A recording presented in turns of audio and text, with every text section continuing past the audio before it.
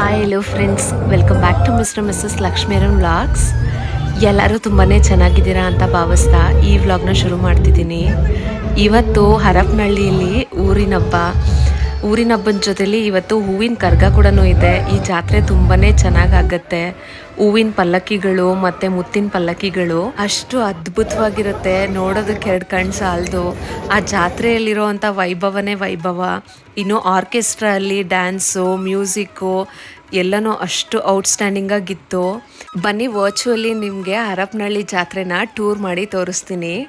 Beginning ಇಂದ ಎಂಡ್ವರೆಗೂ ನೋಡಿ. ಹೂವಿನ ಕರ್ಗ ಅಂತೂ ತುಂಬಾನೇ ಅದ್ಭುತವಾಗಿತ್ತು. ಆ ತಾಯಿನ ದೇವಸ್ಥಾನದ ಒಳಗಡೆ ರೆಡಿಯಾಗಿ ನೋಡೋದೇ ತುಂಬಾನೇ ವೈಭವವಾಗಿತ್ತು.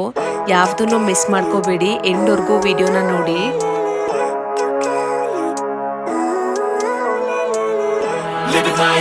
Every day, late at night, not okay. All I want, and I pray, all I need are some better days. Copyright issue ಬರುತ್ತೆ ಅಂತ ಹೇಳಿ ನಾನು ಸಾಂಗ್ಸ್ನೆಲ್ಲ ಮ್ಯೂಟ್ ಮಾಡಿದ್ದೀನಿ. ಇದು ತುಂಬಾನೇ ರೀಸೆಂಟ್ ಆಗಿ ಹಿಟ್ ಆಗಿರುವಂತ ಸಾಂಗು. ಈ ಸ್ಟೆಪ್ಸ್ ನ ನೋಡಿ ಕಂಡಿಡಿರಿ. ಈ ಡ್ಯಾನ್ಸು ಯಾವ ಸಾಂಗ್ಗೆ ಆಡಿದ್ದಾರೆ ಅಂತ ಗೆಸ್ ಮಾಡಿ ನೋಡೋಣ. In the next life, have to be a better me. I don't think that my head's on straight. Gotta flip it and grip it and go and get an x-ray. What's wrong with me? I just feel weight pushing on my chest and it squeezes, I suffocate. Better change my mindset, meditate. Actually ಅಲ್ಲಿ orchestra ಮಾಡ್ತಿದ್ರಲ್ಲ, ಆ ಸಾಂಗ್ಸ್ಗೆ ನಮ್ಮ ಪುಟಾಣಿ dance ಆಡ್ತಿದ್ದ. ಇಲ್ಲಿ ನೀವು observe ಮಾಡ್ಬೋದು, ಜನ ಹೋದವರು ಒಂದು ಕ್ಷಣಕ್ಕೆ ಹಿಂದ್ಗಡೆ ವಾಪಸ್ ಬರ್ತಾರೆ. ನಾನು ಕೆಳಗಡೆ ಕೂತ್ಕೊಂಡು ವಿಡಿಯೋ ಮಾಡ್ತಿದ್ದೆ. ನಮ್ಮ ಮನೆಯವರು ಪುಟಾಣಿನ ಅಲ್ಲೇ ಬಿಟ್ಬಿಟ್ಟು ಪಕ್ಕದಲ್ಲೇ ನಿಂತಿದ್ರು. ಯಾರೋ ಜನನ ಓಡಿಸ್ಕೊಂಡು ಹೋದರು, ಅಂದರೆ ಯಾರೋ ಕುಡಿದ್ಬಿಟ್ಟಿದ್ರು ಅನಿಸುತ್ತೆ. ಅವ್ರನ್ನ ಅಟ್ಟಾಡಿಸ್ಕೊಂಡು ಹೋಗ್ತಾಯಿದ್ರು. ತುಂಬಾ ಭಯ ಆಗೋಯ್ತು ನನಗೆ. ಎಲ್ಲಿ ಪುಟಾಣಿನ ಅಂದರೆ ಗುಂಪಾಗಿ ತುಳ್ಕೊಂಡು ಹೋಗ್ಬಿಟ್ರು ಅಂತ ಹತ್ಕೊಂಡೇ ಓಡಿ ಬಂದೆ ನಾನು. ಸೀರಿಯಸ್ಲಿ ಎದೆ ಎಲ್ಲ ಫುಲ್ಲು ನೀರಾಗೋಗ್ಬಿಡ್ತು. ನಮ್ಮ ಮನೆಯವರು ಪಟ್ಟಂತ ಹಿಂದ್ಗಡೆ ಜನ ಓಡಿ ಬರ್ತಿದ್ರಲ್ವ, ಅದಕ್ಕೆ ಬಾಚ್ಕೊಂಡು ಅವನ್ನ ನಿಂತ್ಕೊಂಡ್ಬಿಟ್ಟಿದ್ರು. ಇಲ್ಲ ಅಂತ ಹೇಳಿದರೆ ನಿಜವಾಗ್ಲೂ ಮಗುನ ಕಾಲಲ್ಲೆಲ್ಲ ತುಳ್ಕೊಂಡು ಹೋಗ್ಬಿಟ್ಟಿರೋರು. ನಡ್ಗೋಗ್ಬಿಟ್ಟೆ ಸೀರಿಯಸ್ಲಿ. ನಾನು ಈ ಥರ ಒಂದು ಸಂದರ್ಭ ಬರುತ್ತಂತ ಅಂದ್ಕೊಂಡೇ ಇರಲಿಲ್ಲ. ಫುಲ್ಲು ಎಷ್ಟು ಕ್ಲಿಯರ್ ಆಗಿತ್ತು ಜಾಗ ಅಂತ ಹೇಳಿದ್ರೆ, ಆರಾಮಾಗಿ ಜನ ಓಡಾಡ್ಕೊಂಡು ಹೋಗ್ತಾಯಿದ್ರು, ಬರ್ತಿದ್ರು. ಸಡನ್ನಾಗಿ ಯಾರೋ ಏನೋ ಜಗಳ ಆಗ್ತಿದೆ ಅನಿಸುತ್ತೆ. ಎಷ್ಟೊಂದು ಜನ ಅಟ್ಟಾಡಿಸ್ಕೊಂಡು ಹೋದ್ರು ಅವ್ರನ್ನ. ಪಾಪು ಅಲ್ಲೇ ಆಟಾಡ್ತಿದ್ದ. ನಾನು ನೋಡಿದ್ರೆ ಈ ಕಡೆ ಬದಿಲಿ ವಿಡಿಯೋ ಮಾಡ್ಕೊಂಡು ನಿಂತಿದ್ದೆ. ತುಂಬ ಅಂದರೆ ತುಂಬ ಭಯ ಆಗೋಯ್ತು. ನನ್ನನ್ನು ತುಳ್ಕೊಂಡು ಹೋಗ್ಬಿಟ್ಟಿರೋರು. ಪಟ್ಟಂತ ಎದ್ಬಿಟ್ಟೆ ನಾನು. ಆ ವಿಡಿಯೋ ನೀವು ಅಬ್ಸರ್ವ್ ಮಾಡಿದ್ರೆ ಗೊತ್ತಾಗುತ್ತೆ. ಜಸ್ಟ್ ಒಂದು ಮೂಮೆಂಟ್ ಮಾತ್ರನೇ. ಅಷ್ಟೊತ್ತಿಗೆ ನಾನು ವಿಡಿಯೋ ಆಫ್ ಮಾಡಿಬಿಟ್ಟಿದ್ದೀನಿ. ಅಂದರೆ ಜನ ಮುಂದಕ್ಕೆ ಹೋಗ್ತಿರೋರು ಹಿಂದಕ್ಕೆ ಸಡನ್ನಾಗಿ ಸ್ಟೆಪ್ ಹಾಕಿದ್ರಲ್ಲ, ಅದು ಬಿಕಾಸ್ ಆ ಕಡೆಯಿಂದ ಜನ ಓಡಿ ಬರ್ತಿದ್ರು. ಅದಕ್ಕೋಸ್ಕರನೇ ಸಖತ್ ಗಾಬರಿ ಆಗೋಯ್ತು. ಸದ್ಯ ದೇವ್ರ ದಯೆ ಏನೂ ಆಗಲಿಲ್ವಲ್ಲ ಅಪ್ಪ ಅಂತ ಸಮಾಧಾನ ಮಾಡಿಕೊಂಡೆ. ನಾನಂತೂ ಸಖತ್ ಹತ್ಕೊಂಡ್ಬಿಟ್ಟೆ. ಅಲ್ಲಿರೋರೆಲ್ಲ ಬಂದು ಸಮಾಧಾನ ಮಾಡಿದ್ರು, ಏನೂ ಆಗಿಲ್ಲ ಅಲ್ಲ ಬಿಡಮ್ಮ ಅಂತ. ನಮ್ಮ ಪುಟಾಣಿಗೆ ಆ ಮ್ಯೂಸಿಕ್ಗೆ ಡ್ಯಾನ್ಸ್ ಆಡಬೇಕು ಅಂತ ಆಸೆ. ಪಾಪ ಮಗು ಸುಮಾರು ಸತಿ ಕೇಳ್ದ ಕೆಳಗಡೆ ಇಳ್ಸೋಕ್ಕೆ. ನಮ್ಮ ಮನೆಯವರು ಇಳಿಸ್ಲಿಲ್ಲ. ಹಂಗಾಗೋಯ್ತಲ್ವ, ಅದಕ್ಕೇ ಎಲ್ಲೂ ಬಿಡಲ್ಲ ನಿನ್ನ ಅಂತ ಹೇಳಿ ಕರ್ಕೊಂಡು ಹೋಗ್ತಿದ್ರು.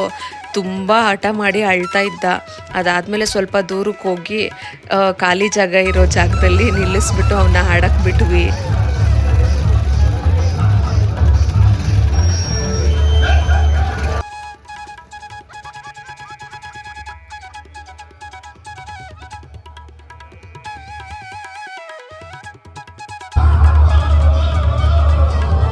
ಅವನಿಗೆ ಆ ಮ್ಯೂಸಿಕ್ಗೆಲ್ಲ ಡ್ಯಾನ್ಸ್ ಆಡಬೇಕು ಅಂದರೆ ತುಂಬಾ ಇಷ್ಟ. ಸಖತ್ ಕ್ಯೂಟಾಗಿ ಆಡ್ತಾ ಇದ್ದ.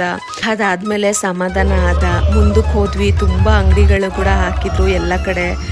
ಅಷ್ಟು ಚೆನ್ನಾಗಿತ್ತು. ಒಳ್ಳೆ ಐಟಮ್ಸು. ಹೆಣ್ಮಕ್ಳಿಗೆ ಎಲ್ಲೋದ್ರೂ ಅಷ್ಟೇ, ಎಲ್ಲ ಜಾತ್ರೆಯಲ್ಲೂ ವೆರೈಟಿ ಆಗಿರೋ ಅಂಥ ಅಲಂಕಾರಿಕ ವಸ್ತುಗಳು ಸಿಗುತ್ತೆ.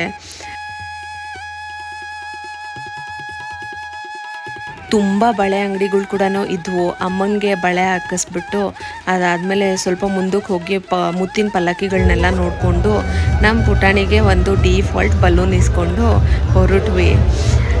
ಯಾವ ಜಾತ್ರೆಲಿ ಹೋದ್ರೂ ಅಷ್ಟೇ, ಮಕ್ಳಿಗೆ ಏನಾದರೂ ಒಂದು ಇಸ್ಕೊಡ್ಲೇಬೇಕು ಅಂತ ಅನಿಸುತ್ತೆ. ಹೋಗೋವಾಗ ಮೈಂಡ್ ಸೆಟ್ ಮಾಡ್ಕೊಂಡಿರ್ತೀವಿ, ಸುಮ್ಮನೆ ವೇಸ್ಟು ಅದೆಲ್ಲ ತೊಗೊಳ್ಳೋದು, ಏನು ತೊಗೋಬಾರ್ದು ಅಂತ. ಬಟ್ ಅಲ್ಲಿ ಹೋದ್ಮೇಲೆ ಏನಾದರೂ ಒಂದಾದರೂ ತೊಗೊಳ್ಳೇಬೇಕು ಅಂತ ಅನಿಸುತ್ತೆ ಅಲ್ವಾ? ನಿಮ್ಮ ಮನೇಲೂ ಹಿಂಗೇನಾ?